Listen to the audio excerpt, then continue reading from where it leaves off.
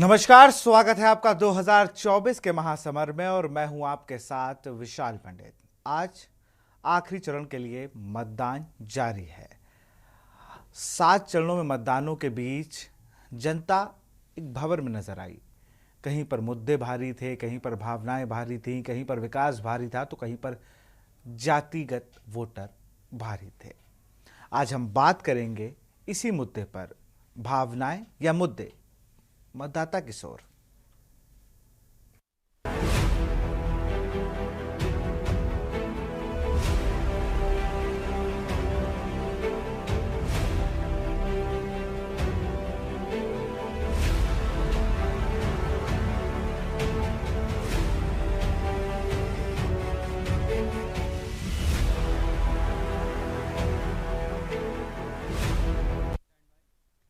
और आज जब पूरे देश में 7वें चरण के लिए वोटिंग हो रही है तो उसी ओर इंडिया ब्लॉक की भी बैठक चल रही थी। कांग्रेस के जो अध्यक्ष हैं उनके घर पे खड़गे, उनके घर पे ये बैठक चल रही थी। आप नेताएं देख सकते हैं किस तरीके से वहाँ पर सारे इंडिया अलायंस के जो भी मेंबर्स हैं वो वहाँ पर पहुँचे हुए हैं। और अब ये बैठक खत्म हो गई। लगभग 1-1.25 घंटे ये बैठक चली।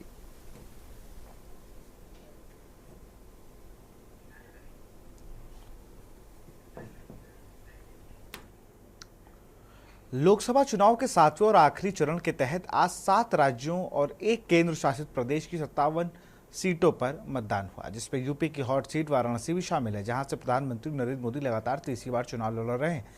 इसके अलावा पंजाब की सभी 13 सीटें, हिमाचल प्रदेश की 4 सीटें, उत्तर प्रदेश की 13 सीटें, पश्चिम बंगाल की 9, बिहार की 8, उड़ीसा की 6 और झारखंड की 3 सीटों पर मतदान हुआ। इन सब के बीच वोट बहिष्कार और ईवीएम खराब के खबरों ने तूल पकड़ते नजर आए। इस बात को आप एक रिपोर्ट के माध्यम से समझ सकते हैं।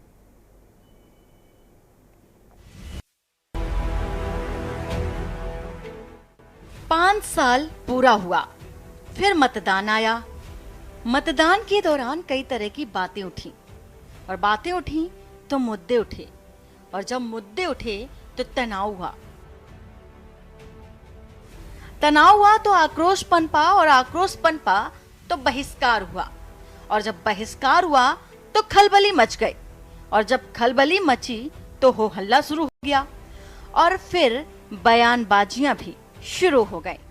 लेकिन नतीजा बेअसर रहा। बात कर रहे हैं लोकसभा के चुनाव की। प्रथम चरण से लेकर अंतिम चरण तक बस एक ही चीज सामान्य रही, और वो थी बहिष्कार और ईवीएम खराब।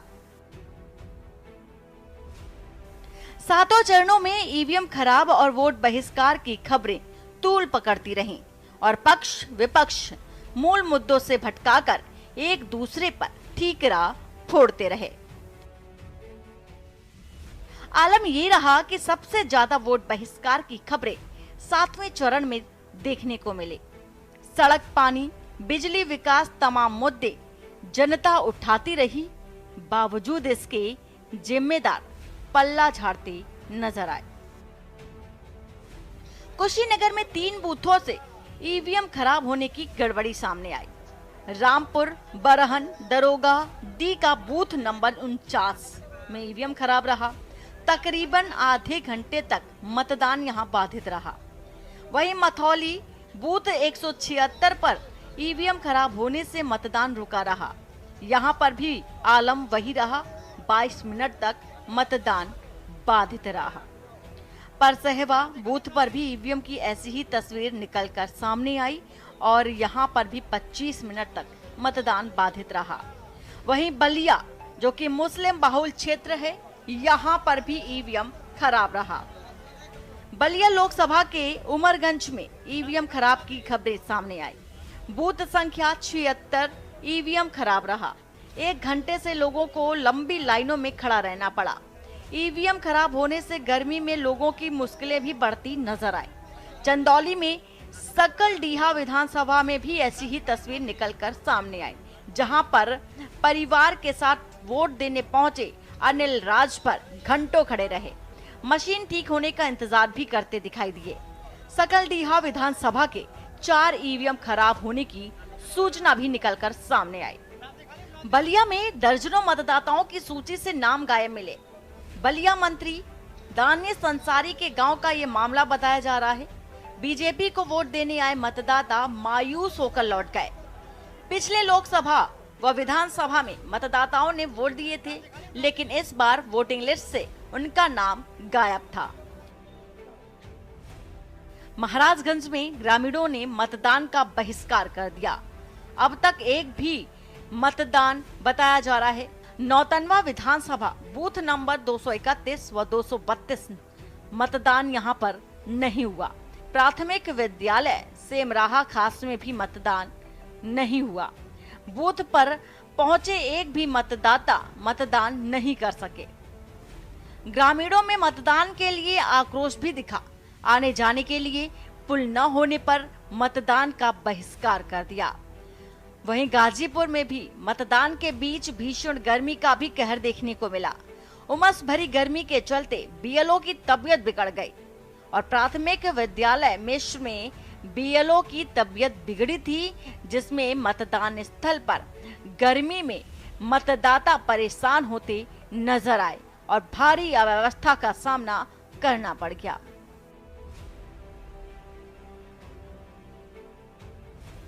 फिलहाल मतदान हो चुका है, तस्वीरें भी निकलकर सामने आ चुकी हैं और अब कोई कुछ नहीं कर सकता है, क्योंकि प्रत्याशियों की किस्मत अब ईवीएम में कैद हो चुकी है।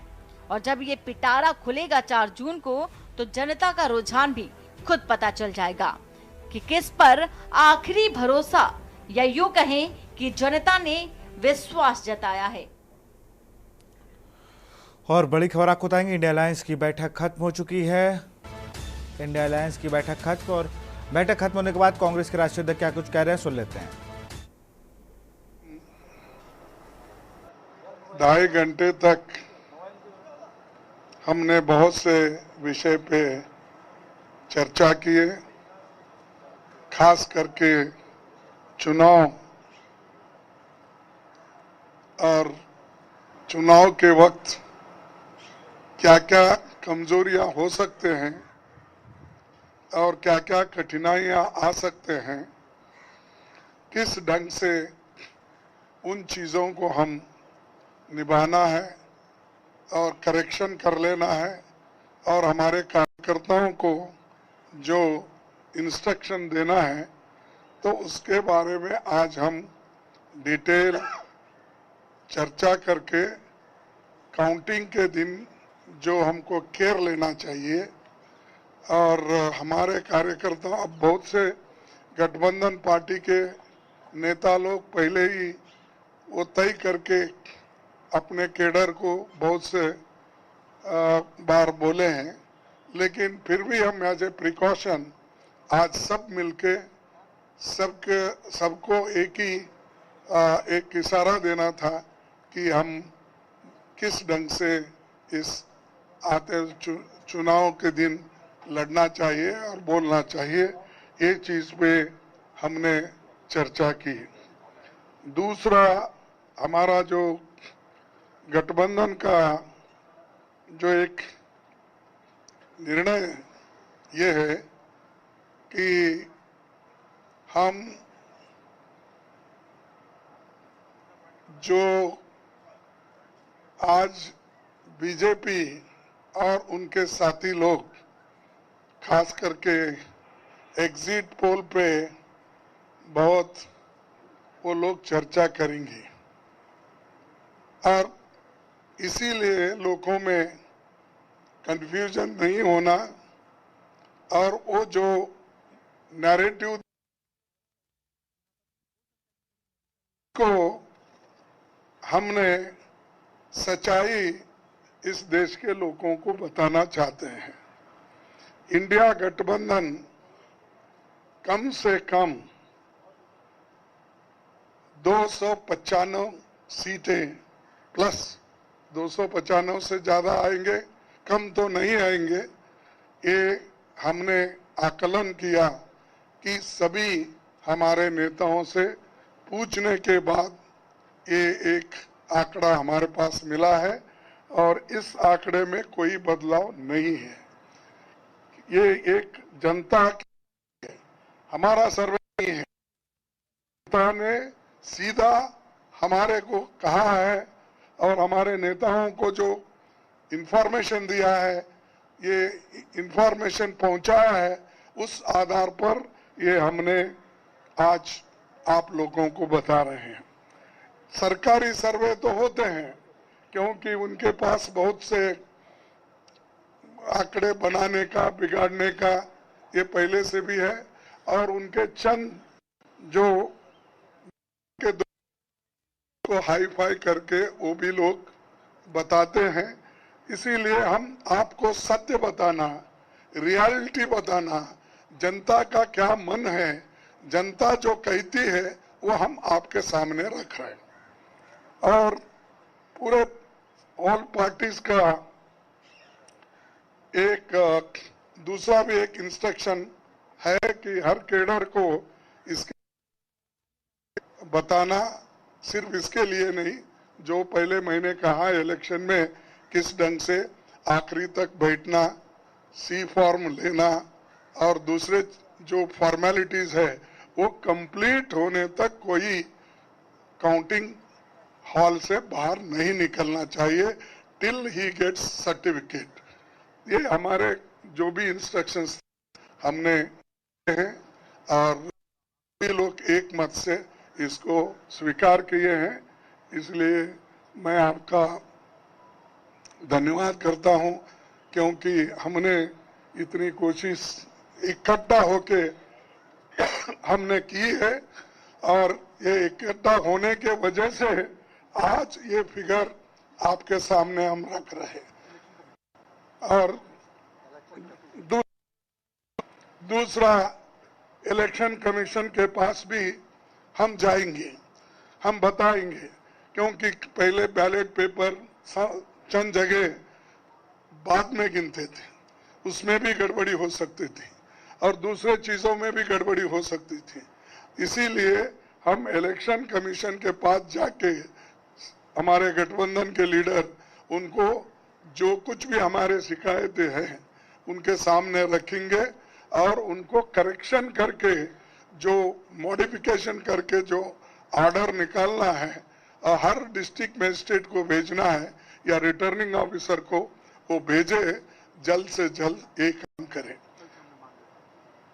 कल हमने समय मांगा है और टुमारो, कल टुमारो तो समय मांगा है, इसीलिए वो समय आते ही हम सब लोग मिलके उनसे ये प्रार्थना करेंगे कि भाई जो जो चीजें हमने अपने मेमोरेंडम में बताए हैं उसका रेटिफाई करो। यही चीज आज अब तक हमारा हुआ। मैं सबको धन्यवाद देता हूं, जो हमारे गठबंधन के नेता लोग हैं, सभी लोग अटेंड हो गए और खासकर सीनियर लीडर्स यहाँ जो है, बालो साहब भी है, केजरीवाल जी है, हमारी कल्पना जी भी है, पवार साहब तो पहले भी आए थे, वो पहले से तेजस्वी है, और हमारे अखिलेश जी है, और चंपन सुरेश जी है, और ये येचूरी साहब है। अब मैडम गांधी तो हमारी लीडर है तो, और राहुल जी है, और राजा जी तो कहीं नहीं तो दिखते तो है वो, मालूम है। उसके बाद में हमारे सीपीआईएम के एमएल के नेता है, सभी हमारे शिवसेना भी है, सब। अब माफ करना कोई भूल गया तो भी आपको, लेकिन सब लीडर अटेंड करके सीरियसली डिस्कशन करके इस नतीजे पे हम आए हैं और निश्चित रूप से गठबंधन को भारी बहुमत मिलेगी, ये मैं आपको कहने के लिए यहाँ ठहरा हूँ। नमस्कार। हाँ नहीं, मैं बोला सरकारी एग्जिट पोल, नहीं बोला, वही बोला। इंडिया पार्टी ये है, जनता का सर्वे हमारे पास है, सरकारी सर्वे उनके पास है। मैंने कहा thank you. We are united only. Why you are dividing? शुभ शुभ बोलिए। हाँ, और हमें नहीं भाई, इतने लोग यूनाइटेड है, ये बालू जी ऐसा ठहरे हमारे सामने, वो झाड़ के जैसा, इतने लंबे हैं, और सभी लोग हैं, केजरीवाल जी इन्होंने, अखिलेश साहब है, तेजस्वी है, येचुरी साहब है, राजा साहब है, सभी लोग हम यहाँ पर पवार है, और मान है सबसे बड़ा चीफ मिनिस्टर पंजाब, ये सभी लोग हैं, इसीलिए हम एक है, एक रहेंगे। हमारे को डिवाइड करने की कोशिश मत करो। नमस्कार, थैंक यू।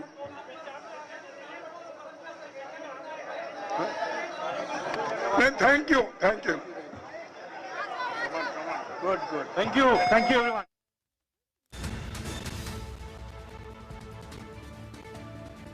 कार बनने जा रही है, ये अखिलेश यादव ने कहा। 295 से ज्यादा सीटें जीतेगा गठबंधन। दिल्ली से खबर, इंडिया अलायंस की अहम बैठक समाप्त। कांग्रेस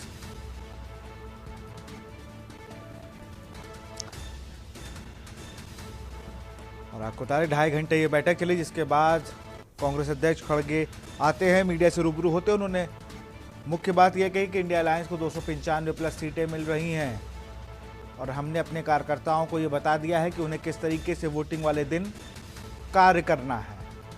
किसी भी तरीके की कोई भी गलती बेईमानी बर्दाश्त नहीं की जाएगी और हम सब एक यूनाइट हैं और हम एक अच्छी सरकार बनाने जा रहे हैं। जो रुझान आ रहे हैं और इसी खबर पे अखिलेश सिंह हमारे विशेष संवाददाता दिल्ली से हैं, वो जुड़े हुए हैं। इस बैठक को बहुत करीब से वो देख भी रहे थे। आज एक सबसे अच्छी चीज़ ये देखने को मिली इस पूरी बैठक में, जहां पर आप देखिए जो चेहरा था अखिलेश, बात करें हम तो वहां पर कल्पना सोरेन दिखी, उनके पति जेल में है हेमंत सोरेन। वहां पे हमें अरविंद केजरीवाल दिखे, वो कल जेल जाएंगे, सरेंडर करेंगे। उन्हें आगे किया गया है, वो सोनिया गांधी के आसपास आपको नज़र आ रहा है, वो खड़गे जी के पास नज़र आ रहे हैं। और जिन दो लड़कों की बात हो रही थी, यूपी में प्रधानमंत्री हर जगह कह रहे थे, वो दोनों छोरों पर आखिर में खड़े हुए हैं, वो राहुल गांधी और अखिलेश यादव है। तो इस बार यूनाइटेड, जो कहा जा रहा था कि यूनाइट है, सब लोग एक है, वो तस्वीर आज देखने को मिली है।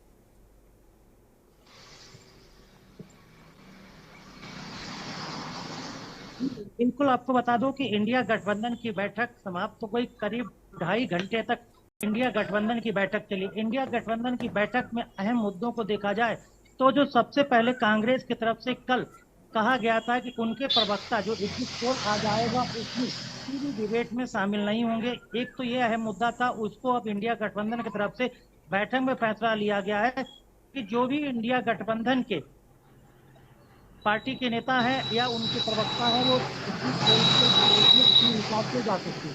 एक चीज ये हो गई। दूसरा ये हुआ कि ईवीएम पर नजर रखना है और काउंटिंग पर नजर रखना है।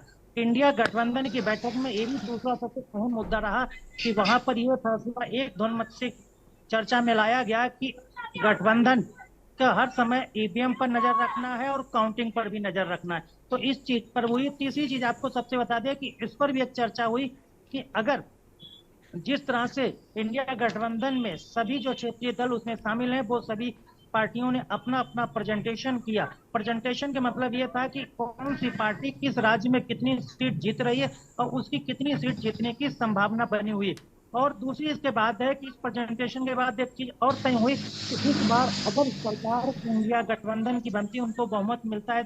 जिस प्रकार इन गठबंधन के सभी चीजों के दावा किया गया कि 295 लगभग सीटें आ सकती हैं, उन सीटों के मद्देनजर अगर देखा जाए तो ये भी कहा गया है कि इस बार जब बहुमत इंडिया गठबंधन को मिलेगा तो उसमें किसी तरह की भी देरी ना किए हुए दोनों सारे इंडिया गठबंधन के दल बैठकर आपसी सहमति से तत्काल सरकार बनाने में पहल करेंगे। तो देरी न करने से कोई भी नुकसान हो सकता है, इसलिए वो किसी भी विरोधी दलों को कोई मौका नहीं देना चाहते। ये क्योंकि ये वो मुद्दे हैं जिसमें तो ये कंफर्म हो रहा है कि भाई सरकार बना ली है इंडिया गठबंधन ने। मुझे तो जिस तरीके से वो लोग प्रधानमंत्री तक की चर्चाएं पहुंच गई हैं कि पद कौन होगा, विभाग भी बंटवारे हो गए हैं क्या?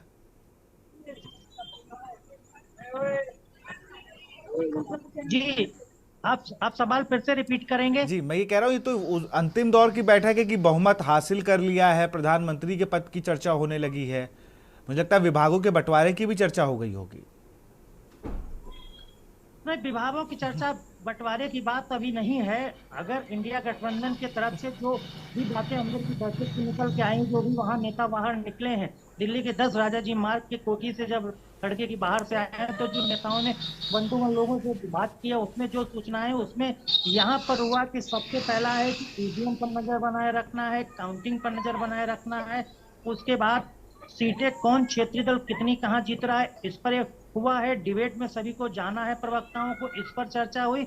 और अगर बहुमत मिलता है, जो इंडिया गठबंधन के आंकड़े निकल आ रहे हैं कि वो 255 सीट जीतने जा रहे हैं, तो उस लिहाज से उनको बिना समय गंवाए किसी प्रकार से भी सरकार बनाने में जल्द से जल्द पहल करके आगे बढ़ना है। इन तमाम चीजों के डिपार्टमेंट कौन होगा, प्रधानमंत्री चेहरा कौन होगा, किसको कौन सा मंत्रालय मिलेगा, कौन से कौन मलाईदार चेहरा, कहां पर कौन बैठेगा, ये सब चीजों को लेकर फिलहाल अभी कोई चर्चा नहीं हुई। मुद्दे तीन ही बने थे। बिल्कुल, आप बने रहिए और लगातार जिस तरीके से आप अपडेट दे रहे हैं, हम बने रहिए हमारे साथ। हम आपके पास फिर से लौटेंगे और भी संवाददाता हमारे साथ जुड़े हुए हैं, उनके वक्त भी रुक करेंगे, लेकिन एक छोटे से ब्रेक के बाद।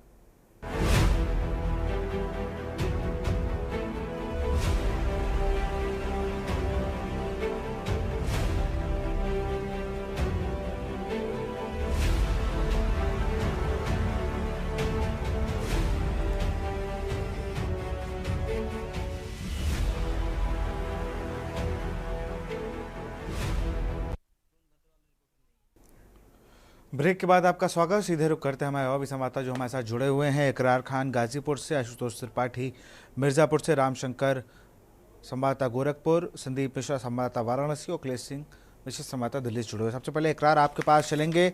यूपी की वो सीट है जहां पर बहुत लंबे समय से मुख्तार अंसारी अब नहीं है हमारे बीच, लेकिन मुख्तार अंसारी एक बड़ा रोल अदा करते थे। फिलहाल की क्या स्थिति है, क्या जनता का मूड है, किस मुद्दे पर वोट दिया है? जी बता दूं कि गाजीपुर की क्या पूरे पूर्वांचल की बात है, जहां मुख्तार अंसारी का अगर भारतीय जनता पार्टी के राष्ट्रीय अध्यक्ष आए या प्रधानमंत्री आए या उत्तर प्रदेश के मुख्यमंत्री योगी आदित्यनाथ आए, लेकिन जब तक अंसारी बंधु या मुख्तार अंसारी का नाम नहीं किसी सभा से लेते, तब तक समझ लीजिए पूर्वांचल की राजनीति कंप्लीट नहीं होती है।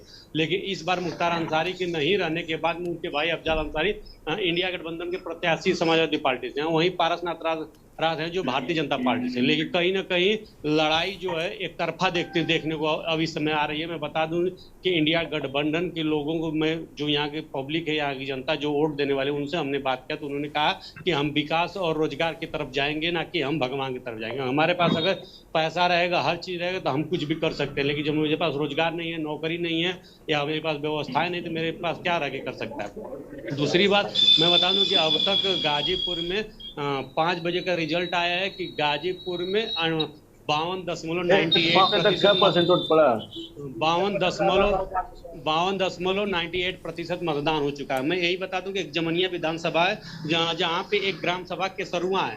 केसरुआ प्राथमिक विद्यालय पे 220 बूथ संख्या है, जहाँ 480 मतदाता है, लेकिन अब तक वहाँ के लोगों ने सिर्फ 3 लोग ही अपने मतदान का प्रयोग किया। हालांकि जिला अधिकारी ने बताया कि हाँ, वहाँ के मतदाताओं ने मत देने से उसका बहिष्कार किया है। इसका कारण के लिए उन्होंने एसडीएम को तत्काल वहाँ भेजा है, लेकिन वहाँ के ग्राम सभा के लोगों का कहना है कि कहीं ना कहीं हमें हर तरह से, हर चीज से वंचित रखा गया। जब तक हमारी मांगे नहीं पूरी होती, तब तक हम अपने मत का प्रयोग नहीं करेंगे। जी बहुत शुक्रिया इकरार आपका हमसे जुड़ने के लिए। तो हमने आप सीधा रुख करता हूँ उस सीट का जिसकी पूरे भारत में नजर है, जहाँ से हम देश का प्रधानमंत्री चुना 2 बार उन लोगों ने, और संदीप मिश्रा वहाँ लगभग 2 दिन से मौजूद हैं और अच्छी तरीके से मुझे लगता है चेहरा बता रहा है कि एक अच्छा चुनाव कवर करके वो 7वें चरण में वापस आ रहा है। संदीप, अगर बात की जाए तो किन मुद्दों पर चुनाव था, और बिल्कुल चौपाल टाइप मामले में क्या लग रहा है? पूर्वांचल का बिल्कुल शक्ति केंद्र है वाराणसी।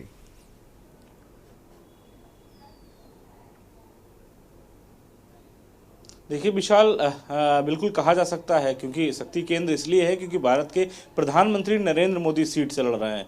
और सबसे बड़ी बात यह है कि यहाँ पर जो है प्रधानमंत्री को लोग जो है प्यार भी देते नजर आ रहे हैं। यहाँ की जनता से जब हमने बातचीत करने का प्रयास किया और हमने बातचीत की तो निश्चित तौर पर यहाँ पर उनको प्यार जो है देखने को मिला है। हालांकि यहाँ बहुत ज़्यादा विकास जो है वो भी देखने को मिला है। पिछले 2-3-5 सालों की अगर हम बात करते हैं तो यहाँ बनारस में बहुत ज़्यादा विकास जो है हुआ है, जो जनता यहाँ पे पसंद करती है। दूसरी अहम बात, कुछ जगहों पे जरूर जो है निर्वाचन आयोग से लोग नाराज दिखे, क्योंकि वहां पर निर्वाचन आयोग की शिकायतें जो है सबसे अधिक देखने को मिल रही थी। जहां पर कुछ लोगों को वोट नहीं डाले दिया जा रहा था, या कुछ लोग प्रशासन जो है कुछ लोगों को नज़रबंद कर दिया गया था।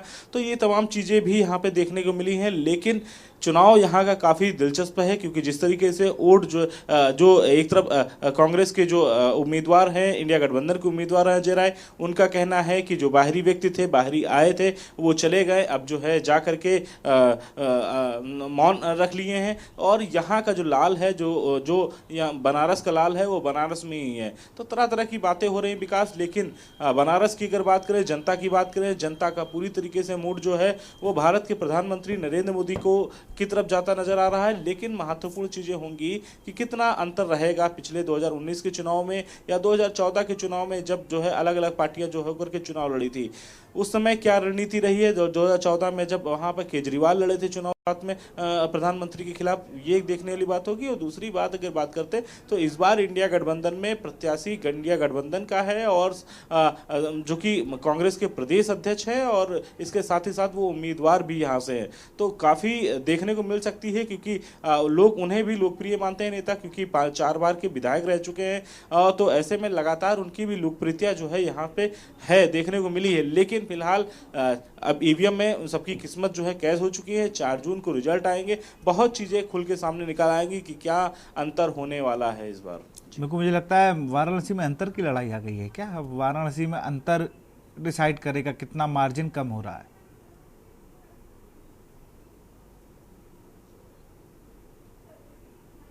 देखिए विशाल, निश्चित तौर पे यहाँ शायद आप नहीं आए हैं तो जानकारी नहीं है, लेकिन सच्चाई ये है कि जिस तरीके से यहाँ पर जिस तरीके से लड़ाई है, वो लड़ाई सिर्फ इसी बात की है विशाल कि कितना अंतर से इस बार की जीत हार का होना है। वजह ये है कि साफ है कि लोगों का मन जो है वो पूरी तरीके से यहाँ प्रधानमंत्री चुनने का, क्योंकि पिछली बार की जो वोट बैंक थी वो देखने को मिला था, और इस बार की जो लड़ाई है वो भी यहाँ पे अंतर पे ही डिपेंड हो चुकी है। हार जीत का फैसला तो जनता पहले ही कर चुकी है, लेकिन बहुत कुछ चीजें छोड़ करके पीछे भी जा रही हैं। क्योंकि जब मैंने गलियों में निकला हूं, यहाँ के लोगों से मैंने बातचीत की है, तो बहुत कुछ यहाँ विशाल मुझे देखने को मिला है। यहाँ बहुत कुछ समझने को मिला कि जीत जो है अब अंतर तक ही आती नजर आ रही है। क्योंकि वजह साफ है कि यहाँ पर जिस तरीके से लोग प्रधानमंत्री को सबसे लोकप्रिय नेताओं में गिनते हैं, हालांकि 2 बार से यहाँ पे जीत हासिल की है, तीसरी बार हैट्रिक लगाने वाले हैं। तो क्या हैट्रिक को लगा पाते हैं, ये 4 जून के बाद स्पष्ट हो पाएगा। लेकिन चीज़ें बिल्कुल ही अलग हैं यहाँ पे, क्योंकि जिस तरीके से तापमान का पारा हाई है, तो उसी तरीके से अगर हम बात करते हैं तो यहाँ बनारस में भी पारा थोड़ा बहुत हाई नज़र देखने को मिल सकता है। बिल्कुल। और आप सुबह से अजय राय के पास गए, अजय राय को मैं आप सुन रहा था आपसे, उन्होंने कहा कि इस बार बनारस की राय अजय राय होने वाले हैं। उन्होंने मुद्दे बताए कि इन मुद्दों पे इतने घर उजाड़ दिए गए। ये मुद्दे कहाँ पर दिख रहे थे? स्टैंड कर पाए भी कि नहीं कि इन्होंने मुद्दे सिर्फ मीडिया वालों को ही बताए हैं, मुद्दे जनता तक मुद्दे पहुंचे ही नहीं है? क्योंकि प्रदेश अध्यक्ष हैं, रहे जरूर है, लेकिन इस बार तो पूरे यूपी में घूम घूम के चुनाव प्रचार भी किया इन्होंने।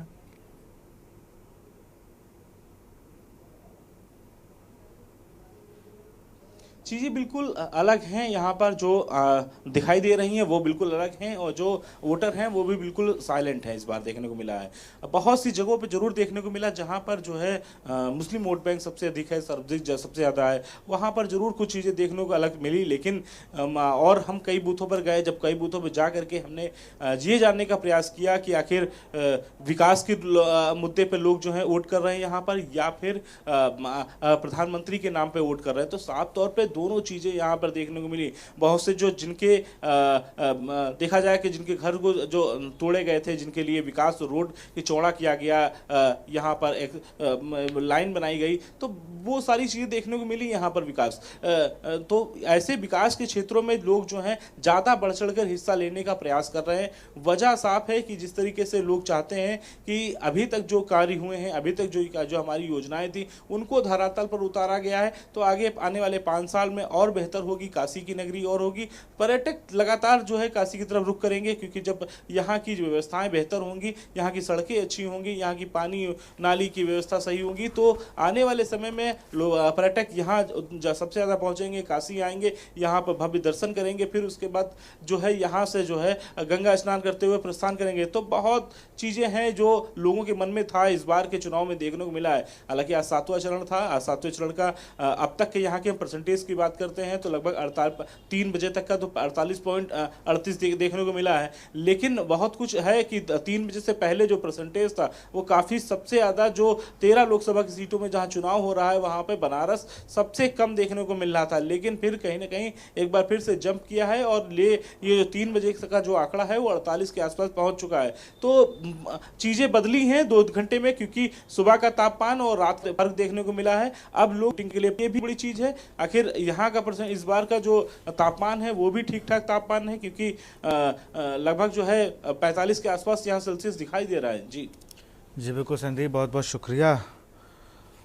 बने रहिए आप हमारे साथ। और हमारे साथ गोरखपुर से संवाददाता जुड़े हुए हैं राम शंकर, और एक ये भी शक्तिपीठ अगर बता दें हम भारतीय जनता पार्टी का तो ये भी है। यहाँ पर भी रवि किशन है। रवि किशन ने आज जिस तरीके से बयान दिया, बड़ा ट्रोल भी हुए कि प्रधानमंत्री की साधना से गर्मी कम हुई है।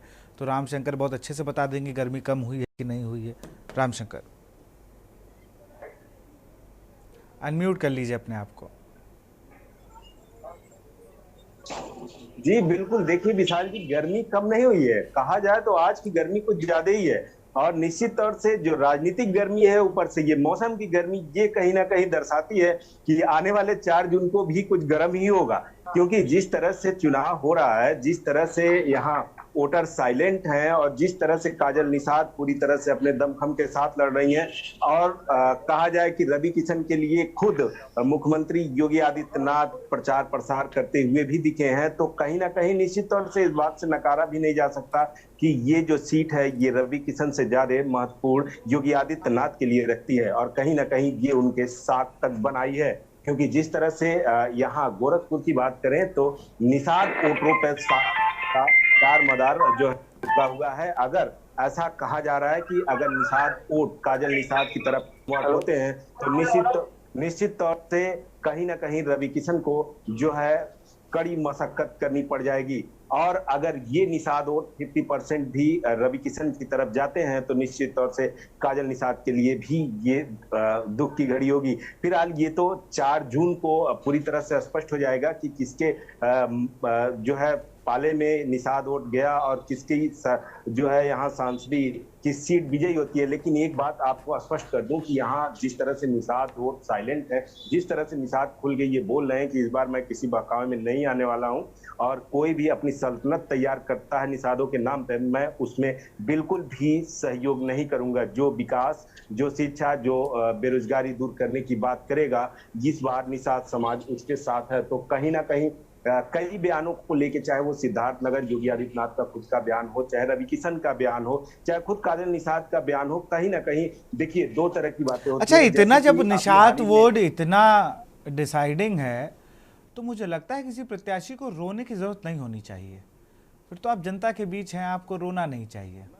विशाल जी, आ रहा था कि जिस तरह से सिंपैथी वोट बिटोरने के लिए काजल निषाद अभी हाल ही में यानी कि कल परसों में एक वीडियो वायरल करती हैं और उसमें वो अपने समाज से वोट मांगती हैं और रोते हुए दिखाई देती हैं, तो निश्चित तौर से अगर कुछ सिंपैथी उनकी तरफ जाती है तो उनके पाले में निषाद वोट बढ़ने के चांसेज है। दूसरी तरफ आपको बात करें, अभी हाल ही में एक और वीडियो वायरल हुआ था जो एक रिपोर्टर ने किया था, और बड़े चैनल का कहा जा रहा है वो रिपोर्टर था, तो उसमें खुद जो है रवि किशन ये बात कहते हैं कि मुझे डर सा लग रहा है और मैं अब हिमालय पर जाने वाला हूं।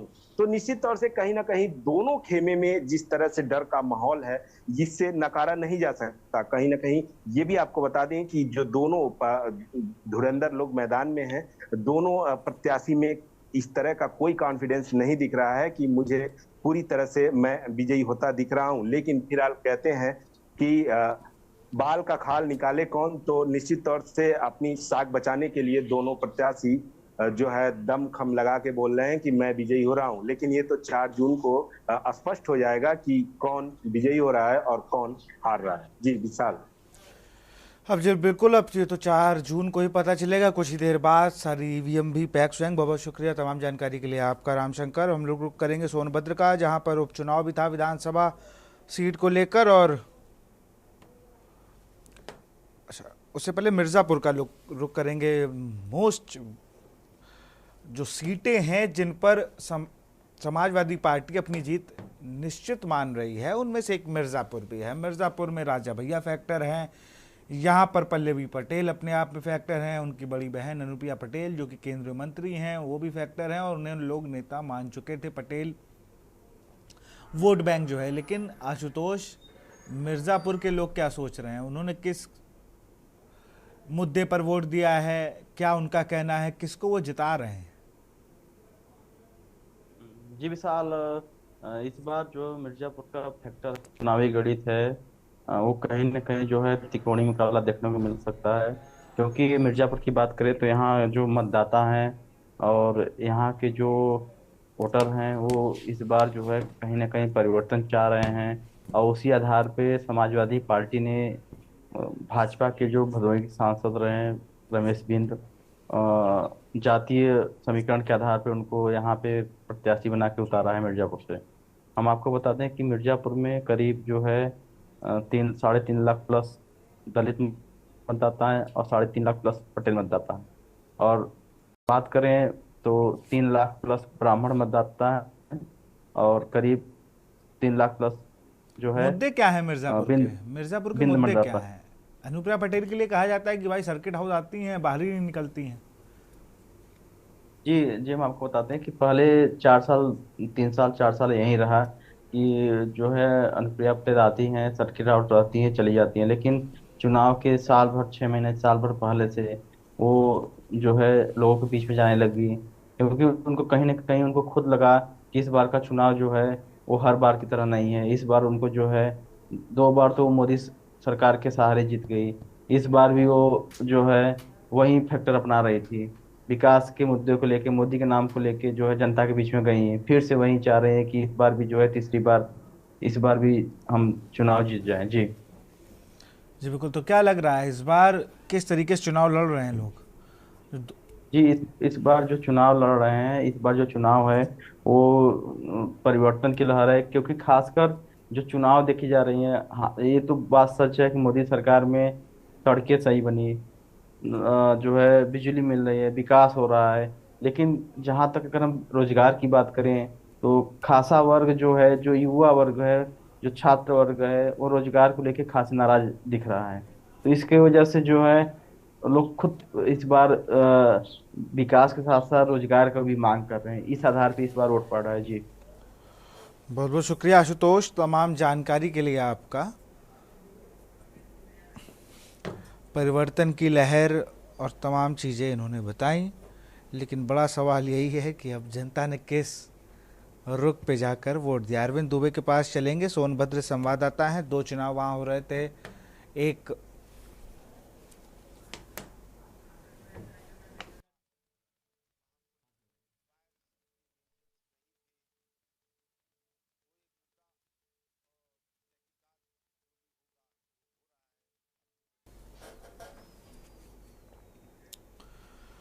यहाँ पर आप विधानसभा चुनाव भी था, लोकसभा रॉबर्ट्सगंज में अगर हम बात कर रहे तो यहाँ पर रिंकी सिंह कोल थे और उनके सामने यहाँ पर छोटेलाल खरवार थे, अगर मुझे सही जानकारी प्राप्त है तो। अरविंद, क्या मुद्दे थे, क्या चीज़ें थीं रॉबर्ट्सगंज या सोनभद्र? एक मैं बात करूँ तो वहाँ पर पहाड़ी इलाका है, नक्सली प्रभावित एरिया भी लगता है, और सबसे बड़ी बात विकास के मामलों में कितना आगे बढ़ा है सोनभद्र? अनम्यूट कर लीजिए।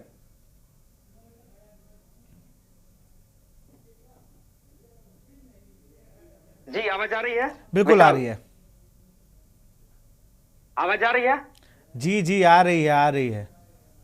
जी, बात सोनभद्र के विकास की करें तो आप इस बात का पता लगा सकते हैं कि भारत के 12 जिले नीति आयोग ने जो गोद लिया है वो पिछड़े जिलों हैं, अति पिछड़े जिलों में शामिल है। उसमें सोनभद्र का नाम आता है पूरे भारत के उन 12 जिलों में। बात करते हैं सोनभद्र के भौगोलिक क्षेत्र की, तो उत्तर प्रदेश में दूसरा सबसे बड़ा जिला है, भौगोलिक अनुपात में, आबादी के अनुपात में दूसरा सबसे छोटा जिला है। मतलब कि पूरा जंगल से आच्छादित जिला है। यहाँ पे पर्यावरण की कोई असुविधा नहीं, बहुत अच्छा जिला है।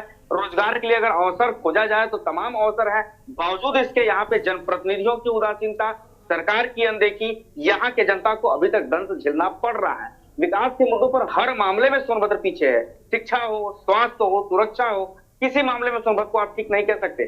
ताजा उदाहरण आप ले सकते हैं कि 13 लोकसभा क्षेत्र में चुनाव हो रहा है, केवल सोनभद्र में अकेले 2 विधानसभा में 40 मतदान हुआ। उसके पीछे कारण रहा नक्सलवाद। चर्चित रही है। मौजूदा पर बात करें तो थोड़ी हवा ठंडी जरूर हो गई नक्सलवाद की, अब थोड़ी सुरक्षा व्यवस्था ठीक हो गई है। बावजूद इसके एहतियातन तौर पे संवेदनशील और अति संवेदनशील बूथों का चयन करते हुए निर्वाचन आयोग ने ऐसे 2 विधानसभा में 4 बजे तक ही मतदान को समय निश्चित किया था। 6 बजे तक मतदान समाप्त हो जाएगा। लगभग मतदाता जो आना था वो आ चुके हैं। अब न के बराबर मतदाता देखे जा रहे हैं। कुछ बूथों पर छिटपुट मतदाता जरूर आ रहे हैं, क्योंकि सूर्य की रोशनी किरणें आग उगलना आज दोपहर 3-4 बजे के बाद थोड़ी कम हो गई है। बीते कल की बात करें तो सोनभद्र में 3 मतदान कर्मियों की मौत हो जाती है। अब यहाँ के राजनीतिक परिप्रेक्ष्य को समझे तो मौजूदा समय में जो चुनाव लड़ रही है रिंकी कोल मिर्जापुर के 96 विधानसभा से विधायक हैं। मौजूदा सांसद पकौड़ी लाल कोल की बहू है। इनकी अभी तक की सोनभद्र में अगर पहचान की बात की जाए तो केवल यही है कि सांसद की बहू है।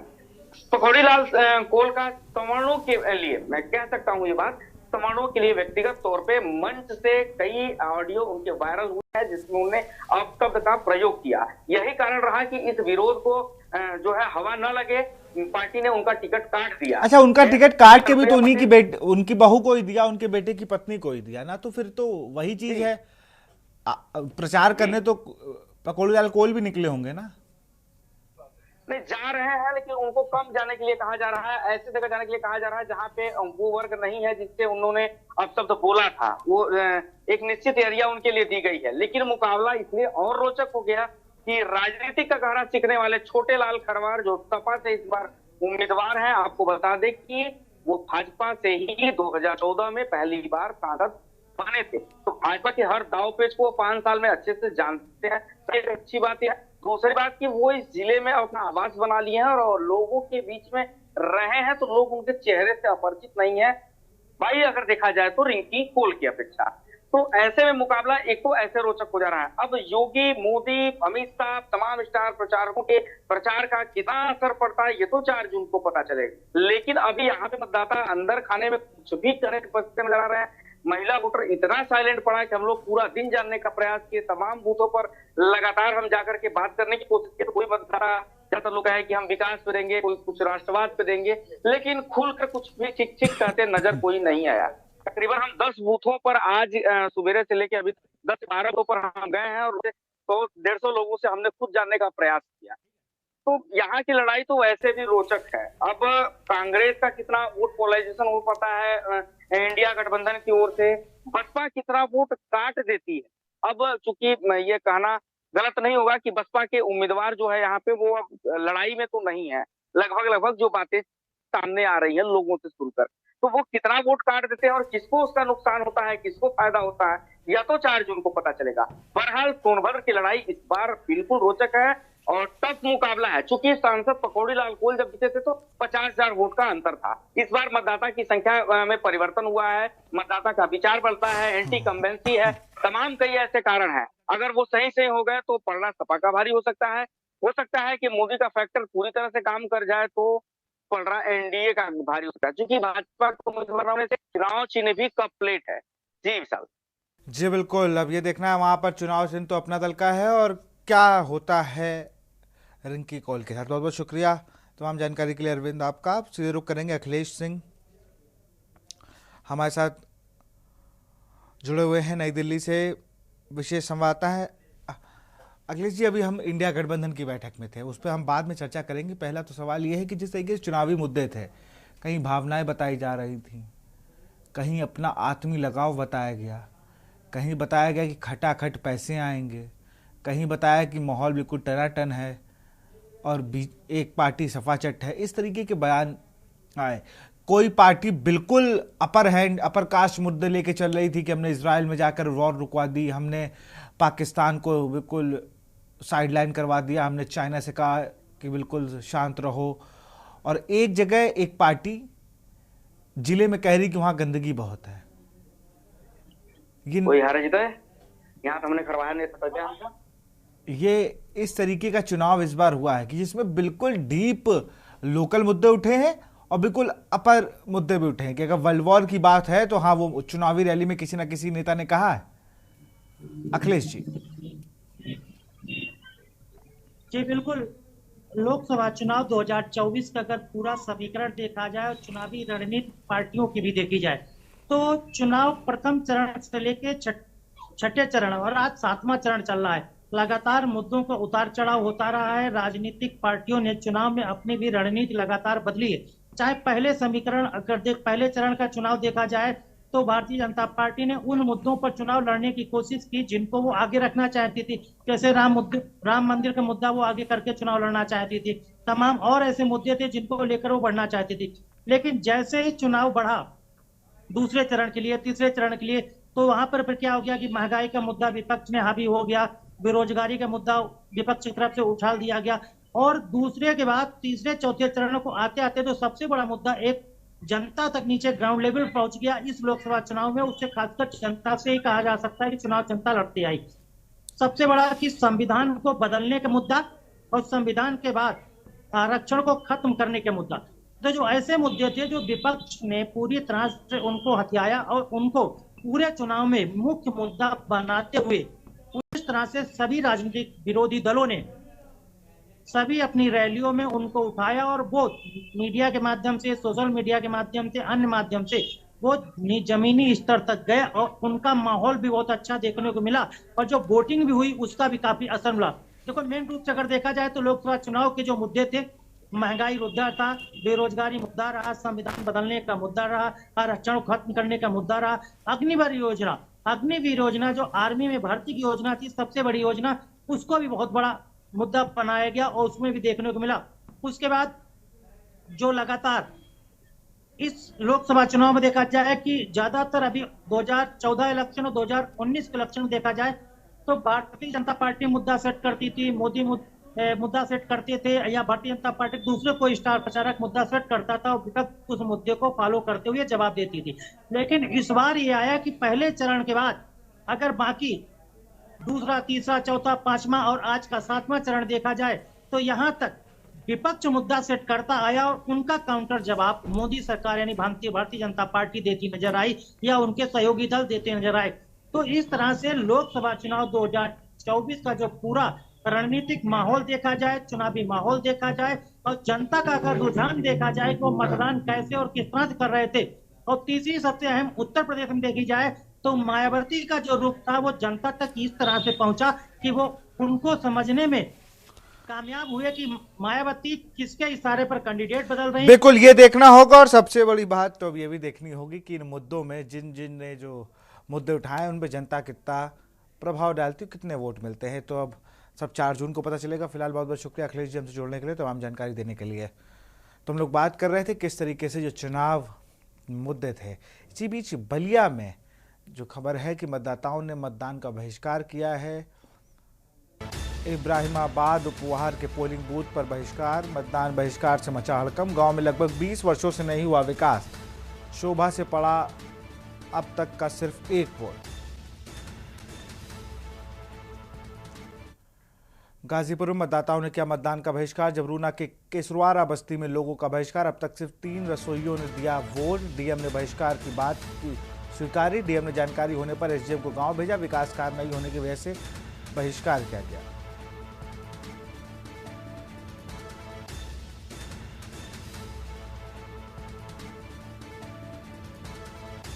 अब तक सिर्फ 3 रसोइयों ने वोट किया है।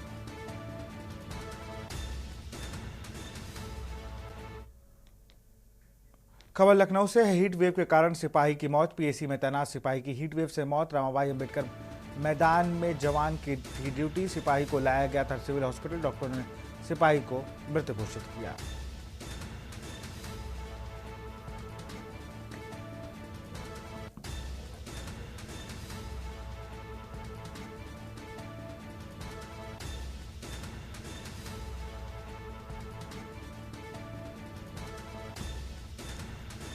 रमाबाई अंबेडकर मैदान में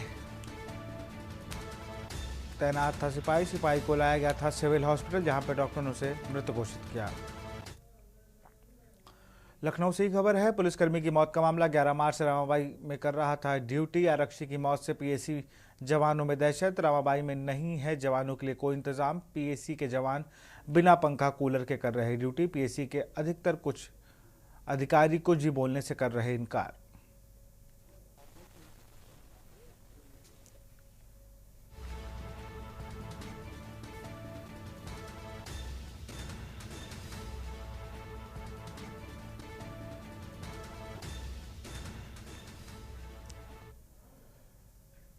खबर कुशीनगर से है। मतदान करने का फोटो खींचकर किया गया वायरल। सुरक्षाकर्मियों की बड़ी लापरवाही आई सामने। धीरज त्रिपाठी नाम के युवक फेसबुक पर डालाई फोटो। नेबुआ के नौरंगिया पाणे छपरा बूथ का ये पूरा मामला। सुरक्षाकर्मी की बड़ी लापरवाही आई सामने। धीरज त्रिपाठी नाम के युवक फेसबुक पर क्या बोल